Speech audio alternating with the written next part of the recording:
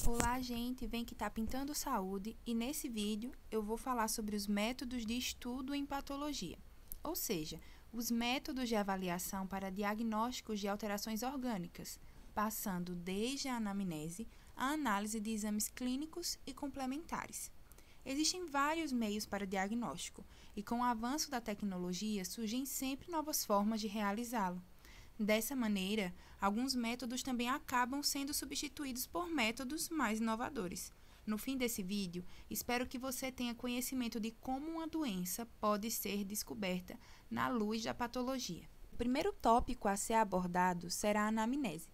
A palavra anamnese tem origem grega em anamnesis, que significa recordar.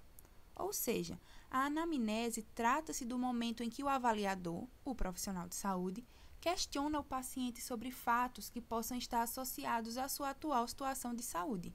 É aquele momento em que o profissional pergunta o histórico de saúde, histórico familiar, o início dos sinais e sintomas.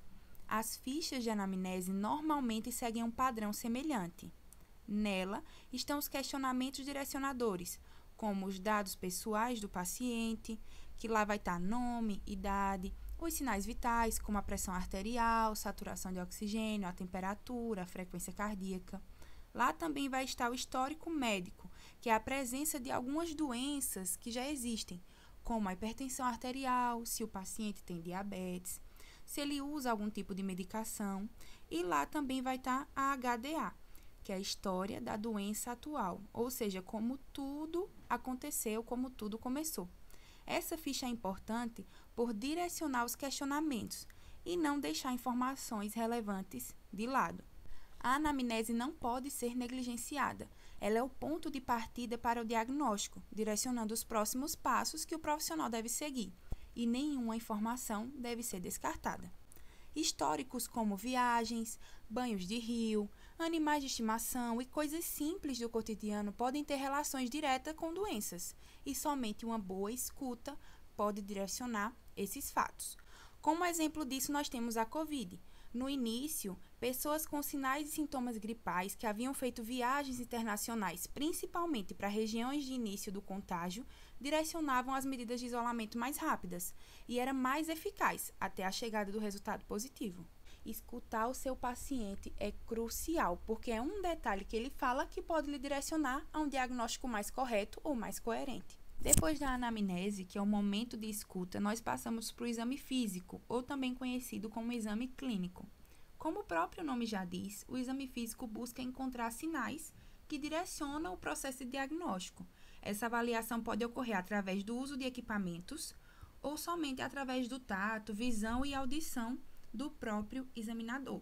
Então, enquanto a anamnese é o processo de escuta, de ouvir aquilo que o paciente tem a dizer, o exame físico é a busca, é a palpação, é analisar realmente se existe algum tipo de alteração naquele lugar.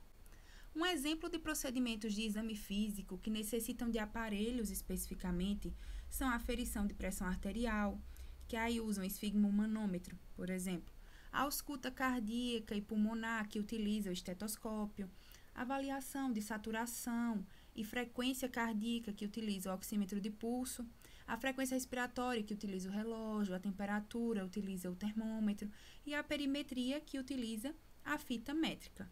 Entre os procedimentos mais sensoriais, que são realizados realmente pelo avaliador, a gente tem a palpação, que é o momento que o avaliador vai lá com as próprias mãos tocar, ver se tem alguma coisa diferente, se a temperatura está diferente, enfim.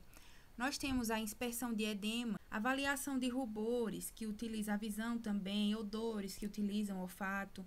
É importante salientar que os itens a serem avaliados também terão relação com as queixas e com a especialidade médica procurada. Por exemplo, um neurologista, ele busca análise de alguns reflexos. Um ginecologista avalia o assoalho pélvico. Um nutricionista avalia medidas corpóreas. Um fisioterapeuta respiratório avalia a capacidade pulmonar. Um fonoaudiólogo avalia a motricidade oral. O odontologista, os dentes. Enfim, é importante saber que existe uma grande equipe preparada para auxiliar o paciente nas determinadas áreas médicas e da saúde. E para que cada inspeção seja efetiva, o profissional examinador deve conhecer os parâmetros de normalidade corpóreos. para identificar as devidas alterações.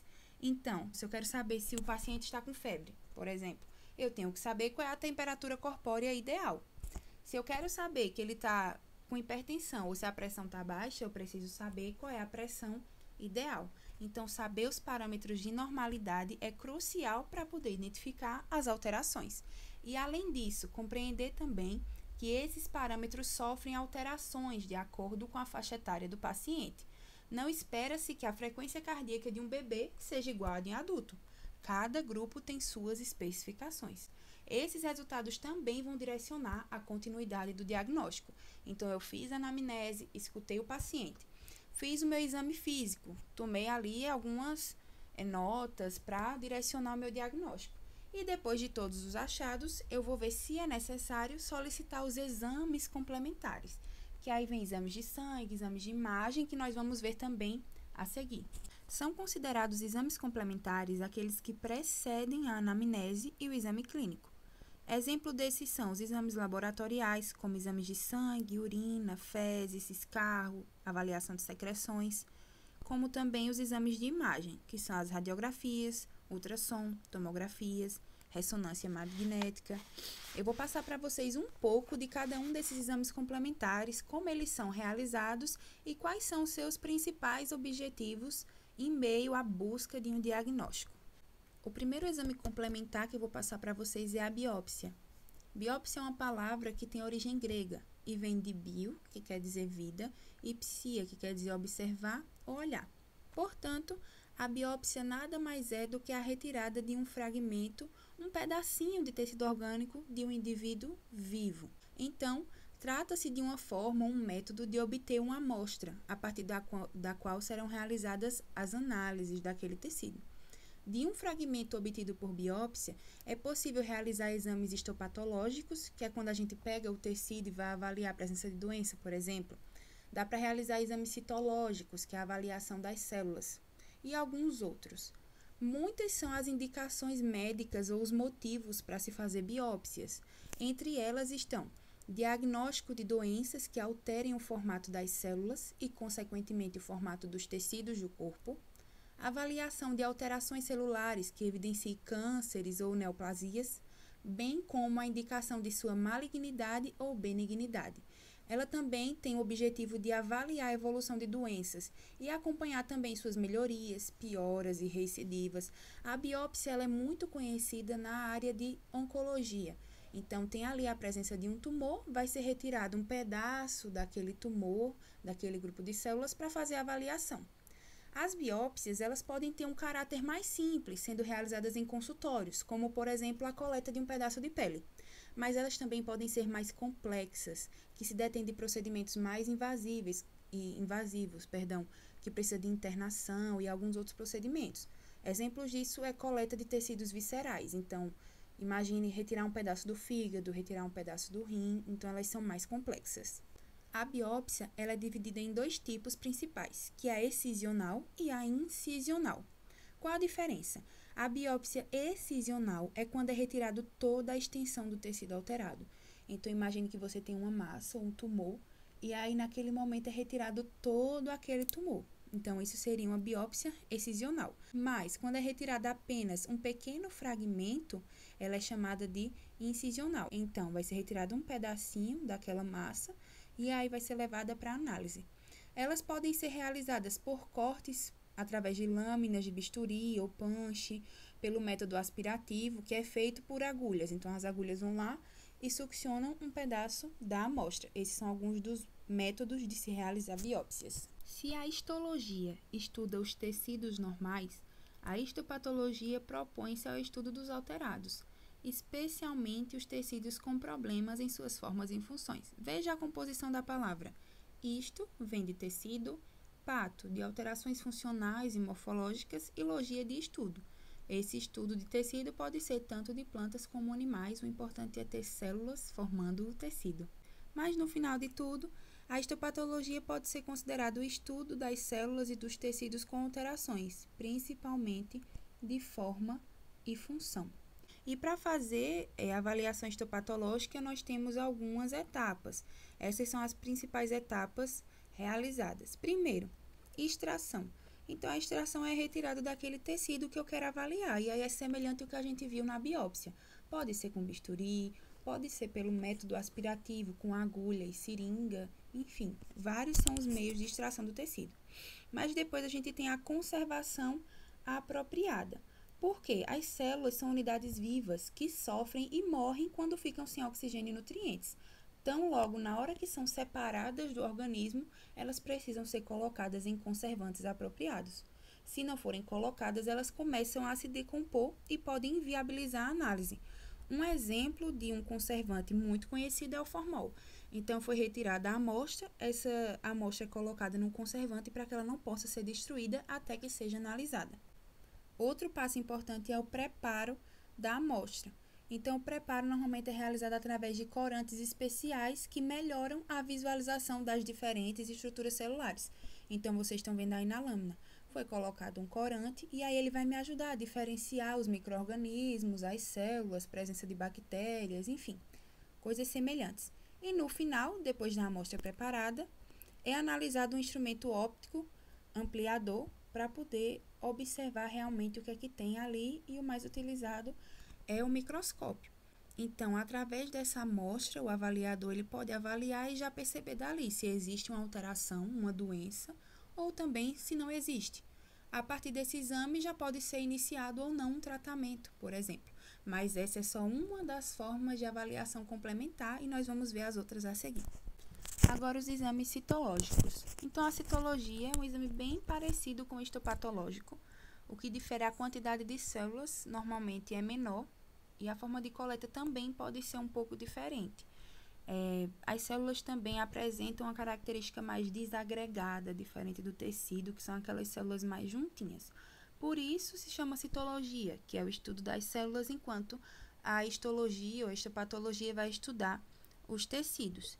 Então, os exames citológicos, eles se referem à análise de células coletadas do corpo e de fluidos.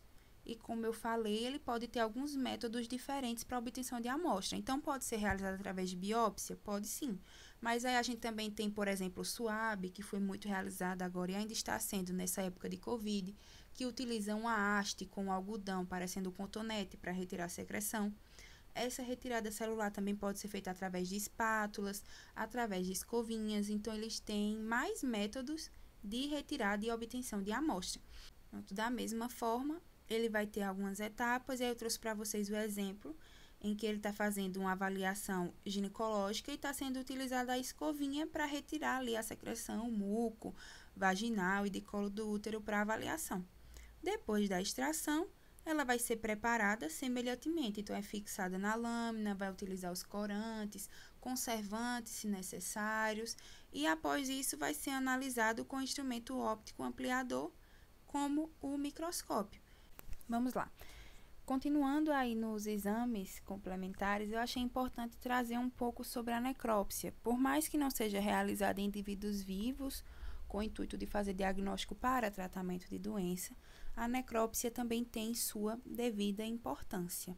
A necrópsia é o estudo do cadáver com o intuito de esclarecer a causa-morte, seja por interesse médico ou pelo interesse policial, interesse forense. Muitas pessoas usam o termo autópsia para referir-se ao estudo do cadáver. Entretanto, esse termo está notavelmente incorreto.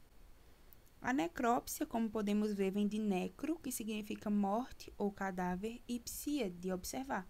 Então, seria observar um indivíduo morto, um corpo morto, um cadáver. Enquanto a autópsia faz referência a si, de se observar. Então, uma pessoa morta não pode se autoexaminar. Então, utilizar o termo autópsia para um cadáver está incorreto. Seria mais coerente usar o termo autópsia para o autoexame de mama, por exemplo. Então, eu estou ali me examinando. Então, é uma autópsia. E aí, eu trouxe esses dois termos para que nós não venhamos nos confundir e usar inadequadamente. A necrópsia também tem sua importância na avaliação de doenças, de causas de morte. Então, ela pode trazer aí como auxílio na medicina a descoberta de novas doenças, estudo para tratamentos, enfim, ela realmente tem a sua importância mesmo que o indivíduo esteja morto, né, que tenha vindo a óbito, mas eu espero que ninguém, se alguém aqui trocava esses termos, que não troque mais. Necrópsia é utilizado para cadáveres, indivíduos e tecidos mortos, biópsia para vivos e a autópsia para um autoexame, como, por exemplo, o autoexame de mama. Bem, gente, decorrente do assunto extenso desse capítulo de patologia sobre métodos de estudo, eu vou dividir esse conteúdo em 3 vídeos separados, para que nem fique muito cansativo, seja melhor de organizar as ideias e fazer o resumo, e para que vocês tenham um melhor aproveitamento também. Então, encontro vocês no vídeo 2, onde nós vamos falar sobre exames laboratoriais.